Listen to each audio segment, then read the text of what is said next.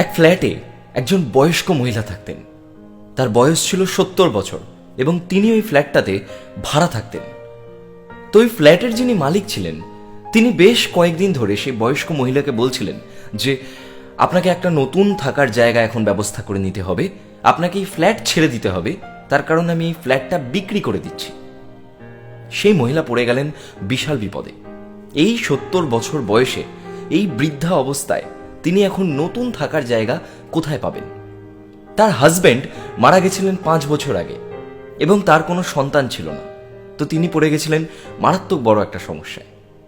তখন তিনি তার যত দূর সম্পর্কের রিলেটিভস আছে তাদেরকে ফোন করে জিজ্ঞাসা করেন যে আমাকে কি একটু থাকতে দেবে তোমার বাড়িতে, কারণ আমি যেই ফ্ল্যাটে থাকি সেই ফ্ল্যাটের যে মালিক সে ফ্ল্যাটটা বিক্রি করে দিচ্ছেন এবং আমার থাকার কোনো জায়গা নেই। যেহেতু তার বয়স অনেক হয়ে গেছিল, 70 বছর বয়স, এবং তার কোনো সম্পত্তি ছিল না, সেই জন্য তার কোনো রিলেটিভ তাকে রাখতে রাজি হলো না। প্রত্যেকের একটাই বক্তব্য যে না, আমার বাড়িতে তো জায়গা নেই। প্রত্যেকে সেই বয়স্ক মহিলার থেকে নিজের মুখ ফিরিয়ে নিচ্ছিল এবং সেই মহিলা প্রত্যেক দিন দুশ্চিন্তায় রাত্রিবেলা ঘুমোচ্ছিলেন। দেখতে দেখতে সেই দিন চলে এলো যেদিন ওই ফ্ল্যাট বিক্রি হয়ে যাওয়ার ডেট। বিক্রি হয়ে যাওয়ার দিন সেই ভদ্রলোক এলেন, ফ্ল্যাটের মালিক, এবং তিনি এসে বললেন আপনাকে আমি আগেই বলেছিলাম নতুন জায়গা খুঁজে নিতে, আপনাকে আজকে এখান থেকে চলে যেতে হবে। এবং তিনি সাথে আরো 3-4 জন সিকিউরিটিকে নিয়ে আসলেন। যদি সেই মহিলা উঠতে না চান তাহলে সেই সিকিউরিটিরা এসে তাকে ওখান থেকে টেনে বের করে দেবে। সেই মহিলা বারবার হাত জোর করে বলতে লাগলো যে প্লিজ আমাকে বের করবেন না, আমার থাকার কোনো জায়গা নেই, অন্তত পক্ষে একটা ব্যবস্থা আমার জন্য করে দিন।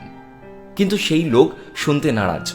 সিকিউরিটিরা সেই মহিলার হাত ধরে টেনে তাকে সেখান থেকে বের করে দিতে যাবে, এমন সময় সেখানে একটা ছেলে এসে উপস্থিত হয়। একজন মধ্যবয়সী ছেলে যার বয়স প্রায় 30 বছর, এবং তিনি এসে সিকিউরিটিদেরকে বলেন যে তোমরা ওনাকে ছেড়ে দাও। এবং যেই ভদ্রলোক যিনি ফ্ল্যাটের মালিক ছিলেন তিনি সেই ছেলেটিকে দেখে বলেন ও আপনি এসে গেছেন। তখন সেই ছেলেটি সেই ফ্ল্যাটের মালিককে বলেন যে এই ভদ্রমহিলাকে ছেড়ে দিন আর আপনারা এখান থেকে চলে যান। তখন সেই ফ্ল্যাটের ওনার এবং সব সিকিউরিটিরা সেখান থেকে চলে যায় এবং তখন সেই বৃদ্ধা বয়স্কা মহিলা সেই ছেলেটির হাত ধরে বলে যে তুমি কে?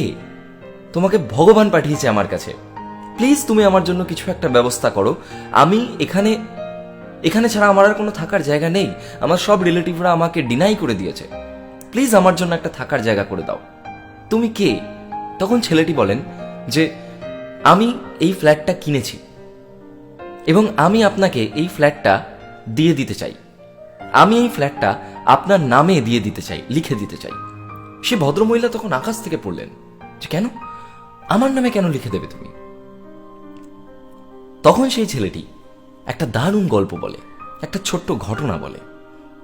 ছেলেটি তখন বলতে শুরু করে, আপনার হয়তো মনে নেই কিন্তু আমি সেই সময় অনেক ছোট ছিলাম, আজ থেকে অনেক বছর আগের কথা। তখন আমার বাবা এবং মা একটি রোড অ্যাক্সিডেন্টে মারা যায় এবং আমার যত রিলেটিভস ছিল তারা কেউ আমাকে অ্যাকসেপ্ট করেনি। সেই সময় আমি রাস্তায় বসে ফুটপাথে ভিক্ষা করছিলাম।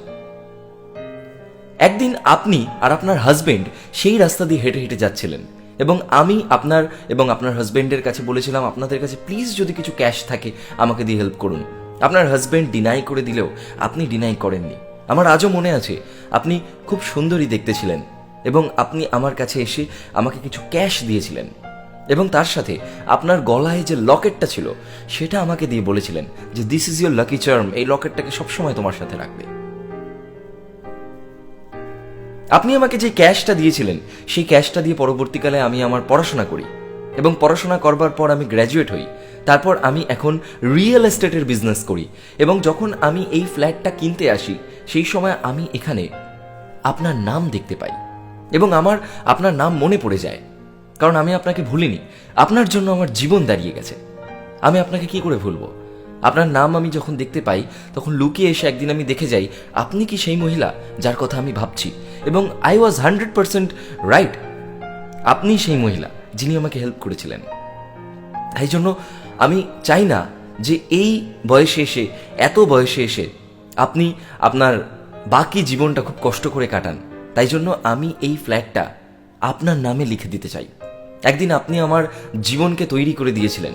আপনার দেওয়া কিছু ক্যাশ আর আপনার সেই লকেট, যেটা আমার জন্য লাকি চার্ম ছিল, আজ আমি আপনাকে এই ফ্ল্যাট গিফট করতে চাই। এবং তার পাশাপাশি এই যে লকেট যেটা আপনি আমায় দিয়েছিলেন, সেটা আমি আপনাকে গিফট করতে চাই এবং বলতে চাই যে this is your lucky charm, এটা সবসময় আপনার সাথে রাখবেন। বলে ছেলেটি তার পকেট থেকে একটা লকেট বের করে সেই মহিলার হাতে দিলেন এবং সেই মহিলা সেই লকেটটি দেখে চিনতে পেরে গেলেন এক্স্যাক্টলি এই লকেটটা তার কাছে ছিল।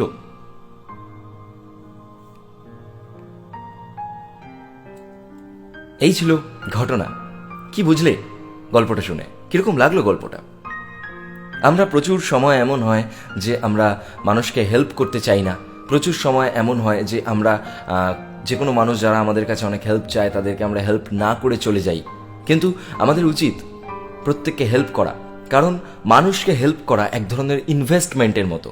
আমরা যেমন কোনো জায়গায় আজকে 1000 টাকা ইনভেস্ট করলে কালকে সেটা 2000 টাকা হয়ে যাওয়ার চান্সেস থাকে, তেমন আজকে আমরা যদি কাউকে হেল্প করি, নিঃস্বার্থভাবে হেল্প করি, তাহলে কালকে আমাদের কোনো খারাপ সময় সেই হেল্পটা আবার ঘুরে ফিরে আমাদের কাছে চলে আসে। আমাদের সব থেকে খারাপ সময় ভগবান ঠিক কাউকে না কাউকে কোথাও না কোথাও থেকে পাঠিয়ে দেয় হেল্প করবার জন্য। এবং আমরা যারা পরোপকারী মানুষ, যারা আমরা কারোর ক্ষতি চাই না, যারা সবসময় কারোর হেল্প করার কথা ভাবি, কারোর ভালো করার কথা ভাবি, আমাদের সাথে কোনোদিনও খারাপ হতে পারে না। এবং যত খারাপ মুহূর্তই আমাদের জীবনে আসুক না কেন, কোনো না কোনোভাবে আমরা সেই খারাপ মুহূর্তকে ক্র্যাক করে ঠিক বেরিয়ে যেতে পারি।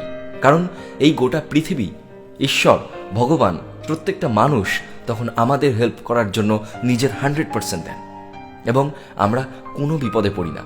যারা আমরা কারোর খারাপ করি না, যারা আমরা সবসময় ভালো থাকার দলে, ভালো রাখার দলে, তাদের সাথে কোনোদিনও খারাপ হয় না, খারাপ হতে পারে না। কীরকম লাগলো স্টোরিটা অবশ্যই কমেন্ট করে জানাও, আর শেয়ার করে দিও, পজিটিভিটি শেয়ার করে দিও। এই একটা পজিটিভ গল্পকে শেয়ার করার জন্য কোনো খাটনি নেই, জাস্ট শেয়ার বাটনে প্রেস করে শেয়ার করে দাও। আর বন্ধুদের সাথে ঘটনাটাকে শেয়ার করো এবং প্রত্যেকে প্রচুর হেল্প করো, প্রচুর মানুষের যেখানেই নিঃস্বার্থভাবে হেল্প করা সম্ভব হেল্প করতে থাকো। আমার ভালোবাসা রইল প্রত্যেকে। Thank you.